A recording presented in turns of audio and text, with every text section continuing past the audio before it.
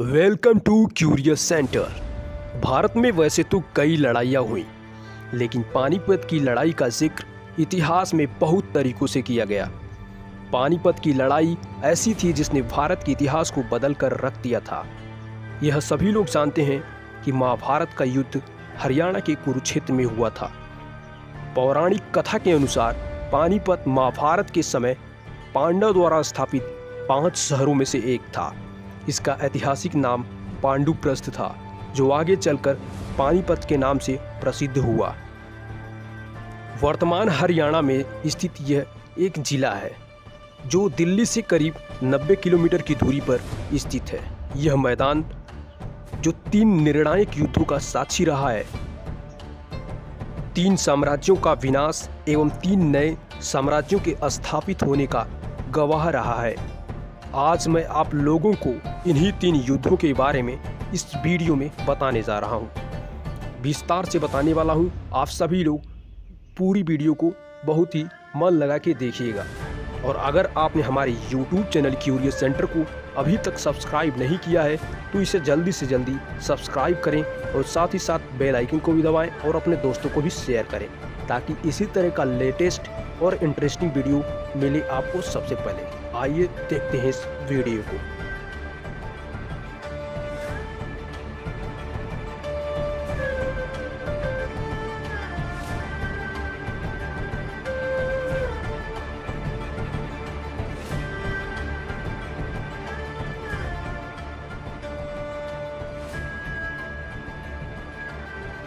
पानीपत का प्रथम युद्ध इब्राहिम लोदी और बाबर के बीच हुआ। यह घटना 1526 में घटित हुई।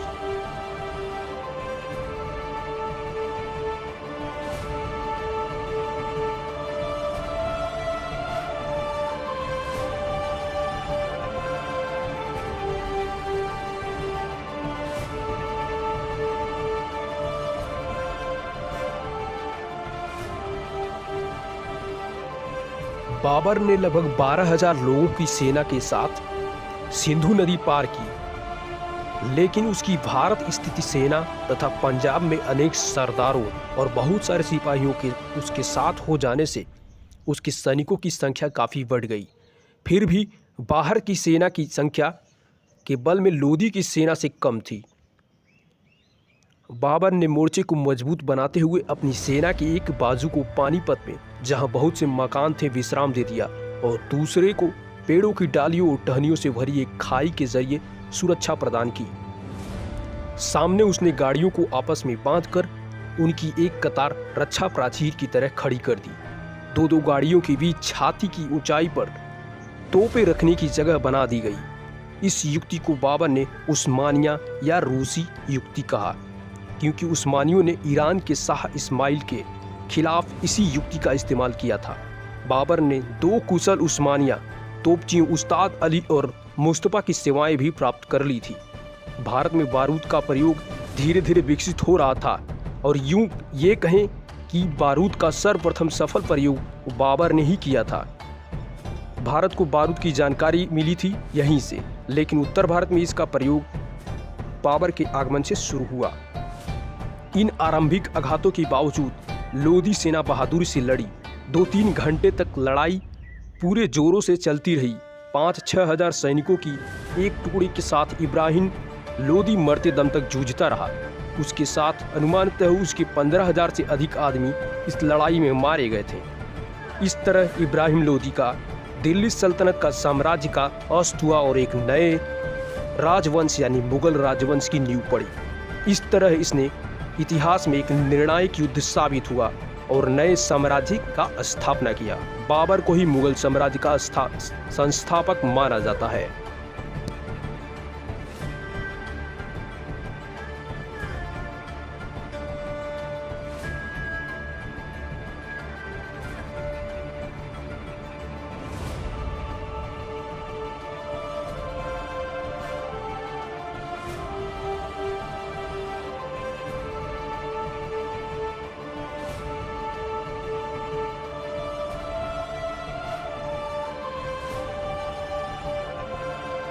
पानीपत में ही दूसरी लड़ाई 1556 में अकबर और हिंदू राजा हेमू विक्रमादित्य के साथ घटित हुई।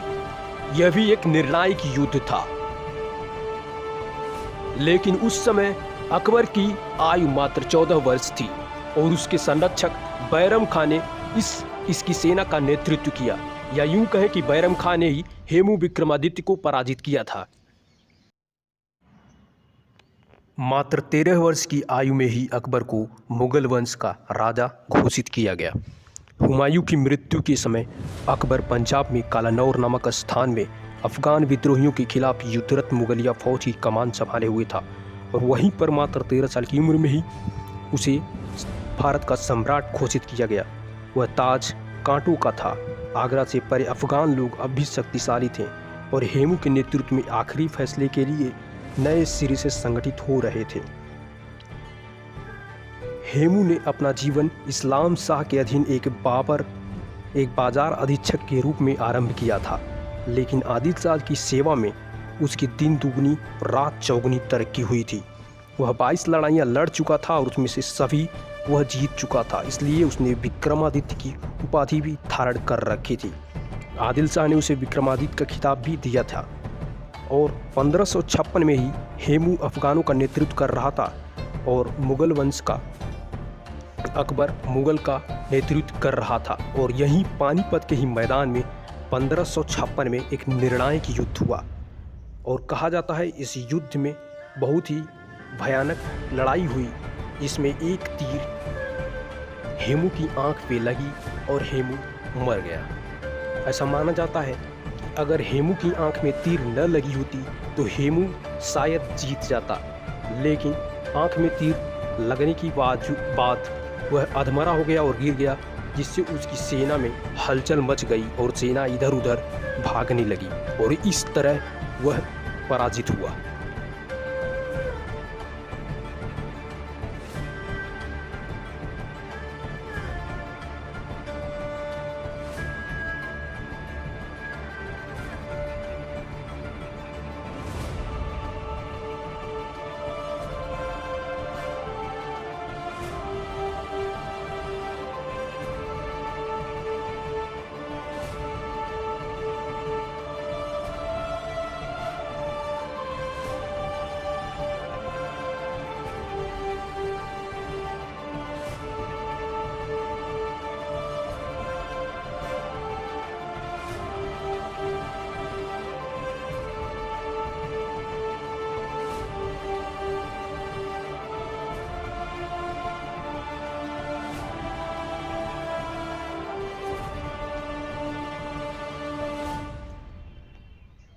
अब आइए बात करते हैं पानीपत मैदान में लड़ी गई तीसरी निर्णायक लड़ाई, जो 1761 में अहमद शाह अब्दाली और संयुक्त मराठा के बीच हुआ, जबकि मराठाओं का नेतृत्व सदाशिवराव कर रहे थे। यह भी एक निर्णायक लड़ाई थी। अगर इस युद्ध में मराठा जीत जाते तो शायद मुगल वंश के बाद मराठा ही भारत पर कब्जा कर पाते, लेकिन दुर्भाग्यवश वह अहमद शाह अब्दाली से हार गए। मैं आपको बता देना चाहूँगा कि अहमद शाह अब्दाली वही था जब नादिर शाह अब्दाली एक बार भारत आया था और कोहनूर हीरा लूट कर चला गया था। नादिर शाह का ही सेनापति था अहमद शाह अब्दाली और 1761 में मुगल वंश का एक कमज़ोर शासक था, उसी के निमंत्रण पर यह यहाँ पर मराठाओं को पराजित करने आया हुआ था और इस तरह मराठाओं का एक विस्तृत साम्राज्य तितर बितर करके वह पुनः लूटपाट मचा करके यहाँ का धन ले गया।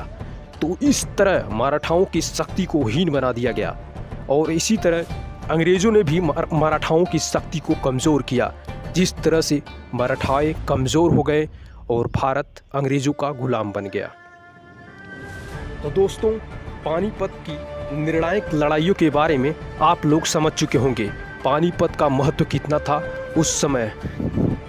दोस्तों, पानीपत दिल्ली से 90 किलोमीटर दूर स्थित है और यहाँ पर कुशल राजमार्ग पहले से ही था और साथ ही साथ भौगोलिक स्थिति इसकी ऐसी थी कि यहाँ पर लड़ाई के लिए रसद यानी खान पान भी खान पान की सुरक्षा भी आसानी से किया जा सकता था और यह भारत में लगभग सेंटर पर स्थित है, जिसकी वजह से यहाँ पर अक्सर लड़ाइयाँ होती रहती थी।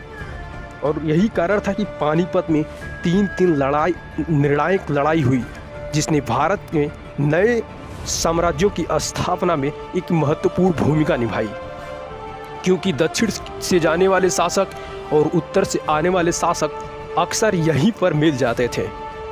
तो दोस्तों, आप लोग कमेंट करके बताइएगा यह वीडियो आपको कैसा लगा, और साथ ही साथ हमारे YouTube चैनल क्यूरियस सेंटर को भी सब्सक्राइब करिए और अपने दोस्तों को भी शेयर करिए। नमस्कार, जय हिंद।